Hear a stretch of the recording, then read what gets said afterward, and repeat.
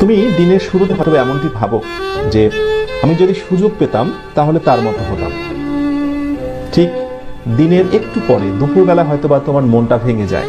তুমি হয়তোবা ভাবো ঠিক আজ না, পরদিন থেকে কোনো কিছু ভালো করে স্টার্ট করবো।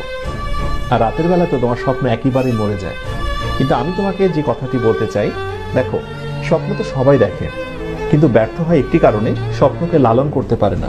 মনে রেখো, স্বপ্ন দেখা অনেক সহজ, স্বপ্নকে লালন করা অনেক বেশি কঠিন।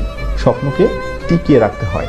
একটি ফুল গাছে যেমন পানি না দিলে ফুল গাছ থেকে ভালো কোনো ফুল পাওয়া যায় না, ফুল গাছটা নিস্তেজ এবং মারা যায়, স্বপ্ন ঠিক তেমন। স্বপ্নেরও প্রাণ রয়েছে। স্বপ্নকে বাঁচিয়ে রাখতে হবে প্রচেষ্টা, আন্তরিকতা এবং ভালোবাসা দিয়ে। উদ্যোগ নাও, প্রচুর পরিমাণে পরিশ্রমী হও, চোখের ঘুমকে বিদায় দিয়ে দাও। প্রতিদিন 6 ঘন্টার উপরে ঘুমিও না। খুব কাজ ছাড়া অকাজে গোসিপিং করো না। নিজেকে নিয়ে একটু সময় দাও। ফাঁকা সময় পেলে একটু নিজেকে সময় দাও।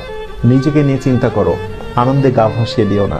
সফল হবার জন্য প্রচুর পরিমাণে ডেডিকেশন প্রয়োজন।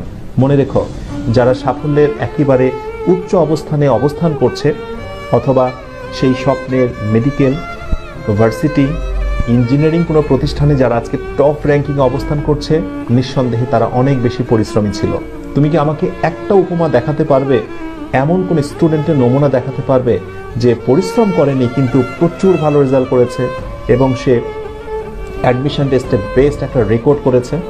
Never, impossible. সুতরাং কথা একটাই, প্রচুর পরিশ্রমী হতে হবে এবং আমার বিশ্বাস তোমরা সেটি পারবে।